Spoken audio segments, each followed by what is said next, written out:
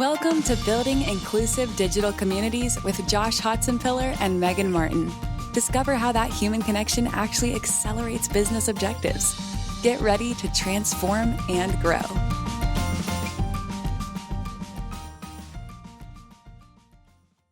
Welcome, everyone, to another episode of Building Digital Inclusive Communities. We're so glad you're here joining us today, and we're so glad to have Marjorie Anderson as our guest today. She is just such a rock star and the founder of Community by Association, and I have a fun story to tell about Marjorie and I. But first, please introduce yourself, Marjorie. Tell us about you. Hey, hello, everyone. Thanks for having me, Megan. Hi, I am Marjorie Anderson. As Megan said, I am the founder of Community by Association, which is an organization that exists to help associations, nonprofits, and social impact organizations think deeply about online communities and how that engagement feeds into their mission as an association, nonprofit or social impact organization. I've been working within associations for 14 and a half years. I'm currently also the director of community at Product School, which is not an association, but the way that they operate sort of mimics one. Not mimics one, but reminds me of one. I've been a community professional for 9 years, and it's work that I absolutely love doing. That's awesome. So my fun story here for our audience listening is Marjorie and I have been working together for probably 6 to 8 months now on different projects, various things, but we have never actually met in person, not even one time. And so I want to mention that because I think that's the power of digital communities. And you and I run in similar circles in this community space and in the association space in general. But having never met in person, and I would consider you a friend now because of all the things we've done, and just have always very much valued our time together. And hopefully one day soon in the near future, we'll actually be able to hug each other and see each other in person. But I say that because digital communities are so valuable, and relationships can be developed and escalated and made stronger with digital in mind to only enhance the in-person, because I have an events background and I just have leaned so much into community because they enhance the event world that I came from. And I think there's so much power in connecting online and then taking that in person. And I think you and I are the perfect example of how digitally we can, expand our reach and who we're connecting with regularly. Yeah, absolutely. I think there's real power, and people, I think, underestimate the power of digital communities and what can be accomplished there. People come together in those spaces as a salve for loneliness a lot of times, and they end up finding people and connecting with people that they never, ever once thought that they would ever be able to connect with. And great friendships and relationships are born out of that. And so there's definite power in community building, and we can't kind of gloss over the fact that that sort of magic happens in those spaces. And it's just as important to building community, or more, it's the center of building community. Yeah. And what comes out of those relationships and how people come together is what then proves out that value. So it's always people first. Yeah. Oh, I love it. And, coming and thinking about the association space in that and being people first, that's why a lot of nonprofit social impact associations exist, is to provide education, networking, and connect people across an industry or an area of interest, whatever that might be.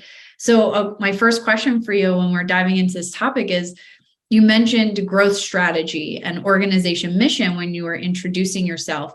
And how does community kind of play into that in the association or membership organization space? Yeah, that's a great question. My philosophy since founding Community by Association has always been that associations, nonprofits, and social impact organizations, their missions are all community centered, right? I think that the way that they think about the reason they exist as an organization is based off of the needs of people, whether you're a professional association who has formed to help a specific people within a specific industry come together and share best practices and learn, or you're a nonprofit that is specifically centered around building up some sort of community in areas where there might be, lack of resources, so development is scarce, or whether you're a social impact organization who's really coming together for something that has a larger mission. Those are all community centered mindsets, right? And so what I have found interesting is that sometimes in these sorts of organizations, when you then think about formalizing a community program, like all of that kind of is lost. Like the reason that you came together and you formed this organization was to serve people, and is centered around building those people up and bringing them together and making sure that they have the information, resources, and people at the ready to help either make them feel less lonely in the world, help them, build up their communities or what have you. But then when you're thinking about how do we formalize a community program to strengthen that, it's like, I don't really know how to justify that. Right. When at the center of what you do is that reason. So my goal is to help bridge that gap so that it's a no-brainer that, yeah, this totally makes sense. And here's how we're going to do it. Here's how we're going to extend the value that we provide as an organization. And also make sure that we are, from an organizational standpoint, from a business value standpoint, seeing that value realized for us as well, because we're doing that work.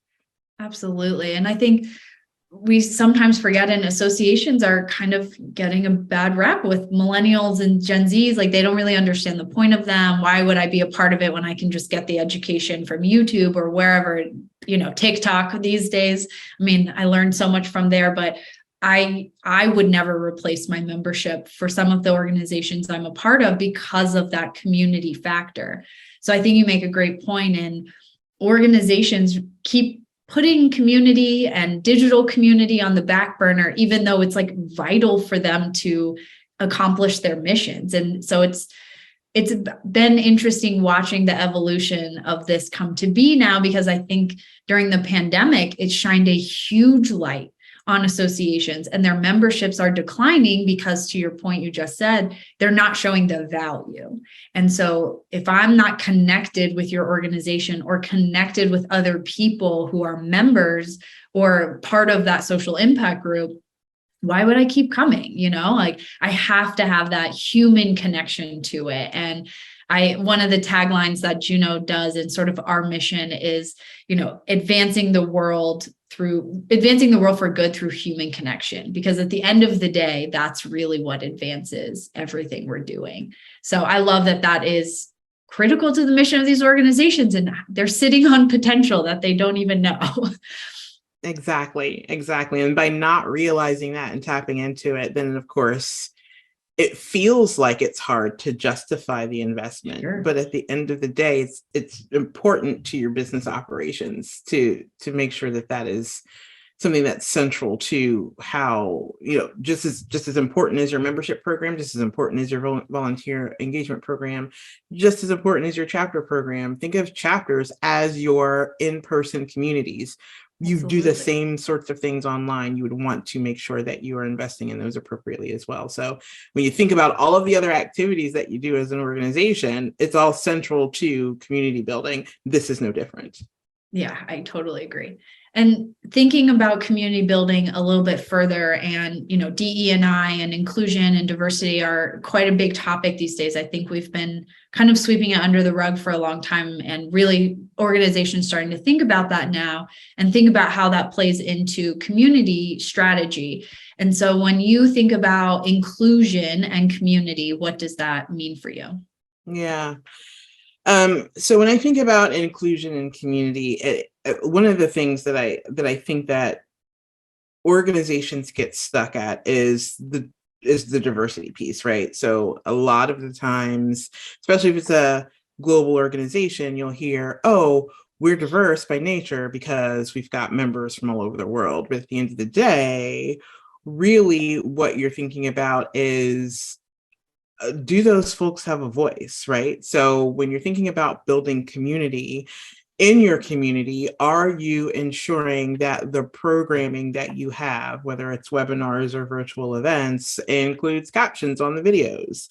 Do you ensure that your speaker lineup is diverse in nature and that they have the same amount of airtime as anybody else, right? Sure. Do you ensure that you are showing a full representation of the people within your community? So are they all US based?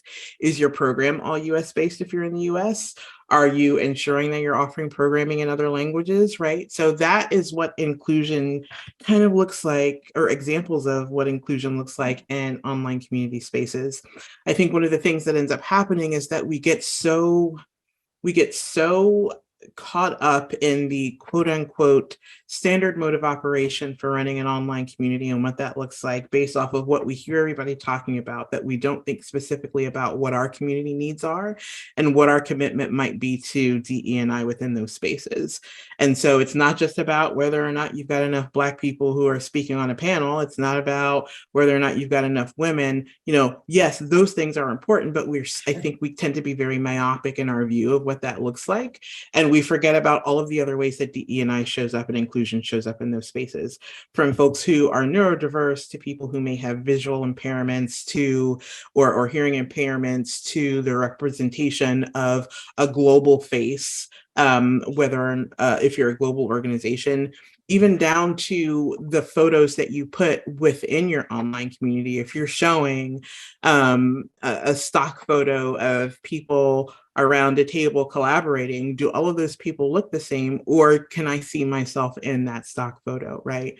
And so when you're thinking about inclusion, it's not only those things that are overt, but it's also those things that we don't necessarily think about in terms of how people interact in that space, what they see when they come to that space, even down to your onboarding processes, whatever that looks like. I mean, we have to be incredibly intentional about what that looks like for us, because it won't always show up inherently. So we've got to be thinking very intentional about what that inclusion looks like and how that needs to be addressed for the community that we manage.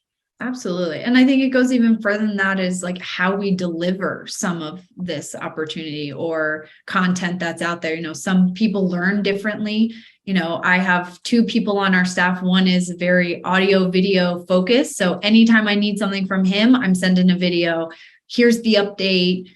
Here's the 3 action items I need from you. I send it in a video. Where I have another colleague that is very words and wants emails or Slacks or whatever. So I have to change my delivery format based on how they best consume that information. So it's no different for your membership. Some has to be in writing, some has to be video. Not everybody wants an hour-long webinar. Some people want 20 minutes. So you repurposing that content to reach people where they are, I think also adds into inclusion as well. And how you're allowing people to access your community. I'm generally a pretty introverted person. I'm not going to be the first person to raise my hand to answer a question or jump into a conversation. I might online because I'm safe behind my computer, but in a room, I'm not going to be the one standing up in a line of people to ask a question on a microphone in front of a whole room of people. Like, that's like standing on stage naked to me. Like, I'd rather just totally avoid it, not happening. Right. Yeah. And so we have to meet people where they are and diversify what types of content we're putting out there, how we're putting it out there to meet people where they are and how they like to consume and what they want to consume. I think that's all part of it. And my favorite analogy for this is it's always nice getting included and being invited to the party. But just because you invited to the party didn't mean you included me. Right. Right. I got the invite. That was great. But until I feel comfortable and those are my people and that's my space, I'm not really included in that party. Exactly. I can walk through the door, but if you never greet me or you never show me where the snacks are, introduce me to people who might want to, who might help me feel comfortable in the space, then, did you really do the inclusion? Right. Did you really think about inclusion, or did you just invite me to the party? Yeah. Yeah, for totally. Sure. And in going off of this is something else. People, I think, are afraid to trial and error. And I think a lot of this, especially when it comes to DE&I and building communities, a lot of it is trial and error and finding that right format, finding where your people are, how they want to be fed that information, how they want to digest it. How do you feel about encouraging people to get experimental and be okay with trying something new or looking at something differently? That can seem scary. So how do you feel about the trial and error approach when it comes to community building? I think you have to. You're not going to always get it right. And I think that is the thing that can really kind of hold organizations back from really learning from their community and what their needs are and what they want. So I think you have to do some trial and error. That's the only way you're going to know, aside from also actually talking to community members and asking, what is it that you're looking for from an experience? What is it that you're looking for from a community from us? How would you define that, right? So without that trial and error piece of it, you run the risk of never getting it right. And sometimes what that trial and error tells you is that the way that you're thinking about it is not the right way. That you need to try something else, or that community means something totally different for folks versus what you've been thinking you need to do. Because I think one of the things that ends up happening, to go back to my comment around, we get so stuck in the standard mode of operation for building community is that, community building is going to look different for everyone. And the way that that shows up in organizations is going to look different for everyone from an online perspective. And so we really need to lean into what's going to work best for us. Yeah, start with best practices, but then, see what's going to work and see what's not going to work from a programming perspective, from a community building perspective, from an experience perspective. But in doing so, make sure that you build change management into that process. Make sure that you build good communication practices into that process. Nothing is worse than being in a space and like all of this weird stuff is happening and you're like, what's going on, right? From a community member standpoint, you're like, what are you guys doing? I am not clear on the direction. Yeah. But if you're involving them in that process and you've got a good change management and communications process along with that, like sky's the limit. Try out stuff, see what works, see what doesn't, listen to your community and take it from there. I think that's a great point. And going just even a little step further, do you involve your community in those decisions? I think a lot of organizations want to be the man behind the curtain and roll out these programs or new content or new engagement techniques, getting experimental, but then they don't bring their community members with them. And so then they roll it out and they're like, this was a total dud. How was it a dud? We can't even figure out why. And so what do you say to the groups? Like, do they bring their members with them? Do they make them part of that process, the experimental innovation process? Absolutely. Absolutely. One of the things that I think is really important that I heard back in 2020, I was involved with the founders of an organization called People and Company, and they've since moved on to Substack. But the founders of this company, they wrote a book called Get Together. And the foundation of that book is building community with your community members. So it's not that I have a vision and here's how I'm going to execute it. It's I think we've got something here. Let me talk to the people who would be involved in this space and see what they think, right? And so by involving them, and you don't have to go out, if you've got 10,000 members in your association, you don't have to go out to all 10,000 members and get their input. But if there are people who are really invested and really interested in seeing this kind of materialize and mature within the organization, they want to be a part of it, ask for their input. Does this make sense? If we build this experience this way, what do you think would happen there? And then as you go along and people start to experience it, start to ask more people, what do you think? How does this feel to you? Does this make sense to you? How would you rather interact with this content? How would you better like to ask questions or connect with people, right? And understand that there will be people who will be like, this sucks. Right. And lean into that, because that is really going to help you build a better experience. You don't want to just hear from the people who think it's a great idea, but understand where the pain points are as well and try to address those the best way that you can. But yes, absolutely build with your community. Building something specifically for your benefit is not building a community, it's building an audience. And there's a stark difference in what that experience looks like. Oh, absolutely. And I think that goes back to our discussion just a few minutes ago about inclusion and the more your members feel included in the decision making and included in the content that's coming out and how it's getting delivered, they're more invested and they're more likely to keep showing up and telling their friends to show up. And it's a much more inclusive. How do you want to answer questions? How do you want to be involved? Like, you're including them in the process and they feel like they're a part of that decision making. You're building something just for me, even though it's not just for me. I feel that way. And then once I'm feeling connected to it, I'm much more likely to take action and be part of it and be a active member as opposed to just a lurker in the community, because it takes both, right? I think the other piece to community, so many people want to go on that commitment curve and they want to move every single member of their community from that passive lurker member to an active one who's on committees and applying for the board and speaking at your conferences and all over the chat, answering everybody's questions and being helpful. But not everybody can be that. And I think from my perspective, I think people need to understand that having lurkers and having your power members, it takes both of them to have an active community. And so what are some of your thoughts on that and how it's okay to not always move everyone through that commitment curve as they're joining your communities? Yeah, not only is it not okay, but I think that we have to remember that not everyone wants to go through that commitment curve, right? There are communities that I am a part of that I am an active lurker. I will go in and I will consume content and I will participate in some of the programming, but I'm not in there answering a bunch of questions. I'm not asking questions, but because of the value that I get out of that community, I still tell people, hey, go check this out, right? Like, because there's valuable information and content there for me. So I can be a silent advocate, but I don't necessarily need to be the person who's raising my hand at every volunteer opportunity and wants to apply for the board. And there's value in that because to your point, those are the people who are going to continue to bring people along with them. And that doesn't mean that they're not getting value out of the community. It just looks different for them. And people are complex. Not everyone's going to want to be, at the head of the class in terms of, what their advocacy looks like for the community. And you're going to have people who are middle of the road, people who aren't your lurkers, but they're not going to want to sit on the board. But maybe they want to be able to help answer questions. Maybe they want to help moderate within the community. Maybe they want to contribute content, whatever that looks like for them.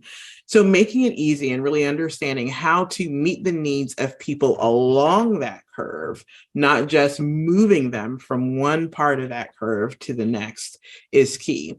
What you do want to do, however, is that you'll want to, as people exhibit behaviors in the community and they start to interact within that space, learn from what that behavior is telling you. Sure. So if you're starting to see people who maybe have come in and they're very passive with their participation, but then maybe they're starting to raise their hand for more leadership positions, then keep your eye on those folks. Maybe those are folks that you want to tap for, helping with programming or, again, being a volunteer moderator or something like that. But that's kind of that data that we don't really think to pay attention to because there's not a dashboard for it, right? Sometimes there isn't a dashboard for it, but if you're really, really doing community management well, then you're starting to really kind of understand what those behaviors look like, who's exhibiting specific behaviors, where they are along that curve, and what is the sweet spot for them to keep them engaged. And then that helps you understand from a community standpoint, what do I need to do from a programming perspective to meet the needs of these folks? What do I need to do from a community management and experience perspective to meet the needs of these folks? How do I collaborate across the organization to make sure that I am, providing opportunities to not only help them along their community journey, but along their journey with us as an organization more holistically? And so that I think that there's so much value in seeing what that journey and those behaviors look like to people, that forcing them to move from one end of the curve to the next really is not only a disservice to you as an organization, but it alienates your community members. And if people feel forced to move from one end to the next, they're just going to stop participating altogether because you're not listening to their needs. Yeah, great point. And you touched on a little bit of, without saying it, like measuring your community and the impact that it's having. And I think so much, it's honestly one of the hardest things to do. And especially like, how do you measure it being inclusive? It's very, very hard. It's hard to measure engagement. There's tons of metrics out there. And a lot of times your board, your executive director, your boss, whomever that might be, that you have to report to prove that impact. It takes both qualitative and quantitative data, even though some of that leadership is like, well, how much money did we make off of it? How many people are joining? What's the exposure? Like, they want hard facts and numbers, and that's not always easy to do. So what have you found in a good balance of listening to your community, taking some of that like quantitative data in there, and then putting it to a number that you can present to your boards? Yeah, so I think it's definitely more about the story that the community tells versus the number. I think there are numbers that you can certainly pull out, right? Like there's, conversions, and there's the how many people are returning to the community and engaging with the content. Are they sharing it out? Those types of things, but that's only going to tell you so much. So I think when we're thinking about community analytics, it's not just, I think a lot of the times we depend specifically on what does the platform that we're using for community tell us about community. And that will give you some information. But I think that there's more information and ways to grab data that we don't necessarily think about that tells us the full story around how people are interacting and the value that they're getting out of the community and that it's providing to the organization. So for instance, one of the things that I think is really, really incredibly valuable, whether you have a formal platform that helps you evaluate this, or if you have to do it manually, or there's a survey, or there's something in between, voice of the customer information and data is incredibly impactful to me when you're building online community, you're trying to tell the story around what the value is. Because what ends up happening in these spaces is that people are organically having conversation about their experience that they're not only having within your community, but that they're having with your organization. So they're either saying, oh, I went to XYZ conference and it was amazing. I met so many people. I just wish we had more breakout sessions, right? That's information that your events team is going to want to know. That's going to help them build a better event.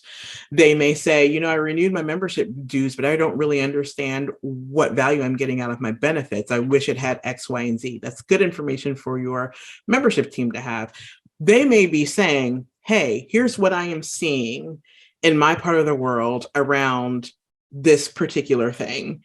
And there's a conversation happening about it. And if your organization is building out thought leadership and research around it, that may be information you're not capturing in a formal survey. Or if you're hiring someone like Boston Consulting Group to come in and help you, figure out what the state of the industry is, right? Not all of that information is going to be captured in formal research. Lots of it is going to be captured within the community because that's where the conversation is happening.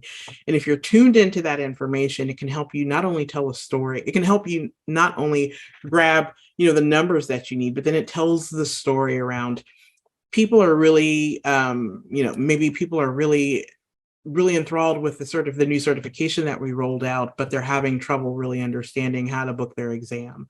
Or these people who have been with the community for, the past year and a half, we can see that, or the past 2 years, we can see that they entered the community and purchased membership. And as a result of their interaction within the community, we can see that they have renewed because of that interaction versus they're just renewing because they pay those dues. Now, it may take some time and some figuring out and how to tie those data points together. But if you're really doing some active listening and really understanding what's happening in the communities, it's not hard to tell that story to show the value that it's proving. Oh, I absolutely love that. I mean, we could end the conversation there. That was like a mic drop moment. My gosh, Marjorie, she's so smart. So last couple of questions as we're wrapping up here. So in all of this, we talked about sort of like a lot of planners think about the platform that they're using for community, and that's going to tell their story. It's going to give them all the metrics. But what role does technology play in this? Not just from the reporting data standpoint, but actually connecting people and building a community digitally online? Yeah, that's a great question. So I am of the belief that the technology is only as good as the strategy is. So first and foremost, if you do not have a strong community strategy, do not start with technology, because what happens is then you get this piece of technology and you're like, we're going to have this great community because this is the best piece of tech out there. They're the industry leader for our particular sector. And then, but you don't have the experience down, right? So if you've got a clear strategy around what your community is supposed to be, who it's supposed to serve, how you're going to do it, then what the technology does is it helps you provide an experience that helps meet the need of that strategy. And so technology is a great way to not only help connect people in the online space, but it also can help provide a really great overall digital experience for people who are interacting with your organization. And so some things that you would want to think about is, does the technology give me a well-rounded view of the behaviors that are taking place within that community? Does it give me data, or can I get data out of it that gives me a well-rounded picture around what that member journey looks like and how we can better serve folks through the community based off of that journey? Does this technology allow me to scale my community if I want to? And if I don't want to, does it at least allow me to meet the needs of the members? And if those needs shift with them. And right, so there are things that, those are some of the things that you should be thinking about. Like there's a laundry list of other things that you should also be thinking about when it comes to the technology. But it plays, because you're building an online community space. It's not just about people being able to ask questions and get their questions answered, but what is the experience that you're trying to deliver to those folks, and how easy is it going to be for them to be able to interact within that experience? One thing that you don't want to do is you may get the best piece of technology out there, but if people don't really understand how to use it, even if you've got the best onboarding program out there, what's the point if it doesn't provide or feed data out to the rest of the organization about, giving you a well-rounded view of who these folks are and what their needs are? Then what good is that piece of technology? If for whatever reason you decide to leave that technology at any point in time and you can't get your data out of it, what good is that piece of technology, right? And so there's lots of factors that you have to consider. But I think at the end of the day, it's got to support the experience that you want to provide and that people are looking for. And if it cannot, then you should be looking for something that can. Yeah, and I think ease of access is the first barrier to entry, right? If it's hard for me to access your community or hard for me to get to the resources and the people I'm looking for, I'm just going to log off, right? Yeah. Like we all have such a short attention span. So much of the rest of our lives are spoon fed to us of, this is what you should watch. This is what you should buy. For crying out loud, the grocery store knows everything I'm buying and sends me coupons for the stuff I buy now, right? So like if my community is hard to get into or hard to find the people or the resources I'm looking for, then why am I even here? Yeah. And so I think technology is just the tool to that connection, and you can't hang your hat on it because, at the end of the day, you can make technology pretty much do whatever you want it to do to accomplish whatever goal it is. But if you don't even know what you're trying to accomplish, what good is the tech to get you there? Exactly. You're spending a whole bunch of money and then you're like, oh, community doesn't work. Oh, it does. Right. But did you think a little bit more deeply about this? Absolutely. So as we're rounding out this conversation, which quite honestly, I could keep going forever and ever. I just love chatting with you every single time we get together. But if there was one main point or one big piece of advice you would give to an organization thinking about going into the space, thinking about inclusion and their community and their growth strategy for their organization, what would that one piece of advice be? Where do they start? Start with why. Yes, that is the name of a Simon Sinek book, but it's also very true for building community. I think that before any association, nonprofit organization thinks about building community, really understand and think deeply about why this community needs to exist, who this community is going to serve, and how you are going to do it. And if you can't really answer confidently those questions, stop yourself in your tracks until you can. Because what you're then doing is setting yourself up for failure and setting the community up for failure. At the end of the day, community is really about building relationships and trust.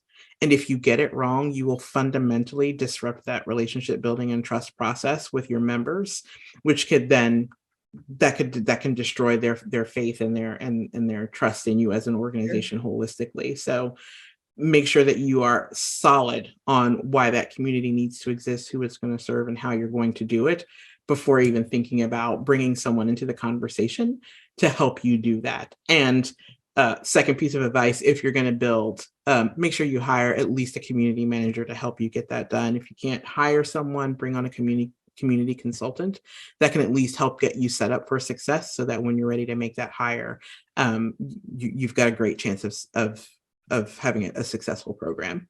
I completely agree. And also measurement, right? So we're talking about impact. You want to know, is your investment worth it? What is the impact that community having on your growth and your organization? And if you don't know why you're doing it, how do you show the success? How do you show the growth? How do you measure and prove that impact the community is having on your organization if you don't know why it exists in the first place? Like, it's impossible to measure something that you just threw together and you're like, oh, well, we do it because we do it. How do we know it's actually working? Right. Right. Absolutely. Well, Marjorie, as always, I love our conversations. Thank you so much for joining us today. I think we knowledge bombed everyone with community and inclusion and what all that means. And just really want to thank you for your time and just your knowledge and expertise in this space. Thank you for having me, Megan. It's always so fun talking with you. I can't wait to do it again. Likewise. Thanks everyone for joining us today. Make sure you subscribe and tune in, and we'll see you on the next episode. Thanks, everyone. Bye. See ya.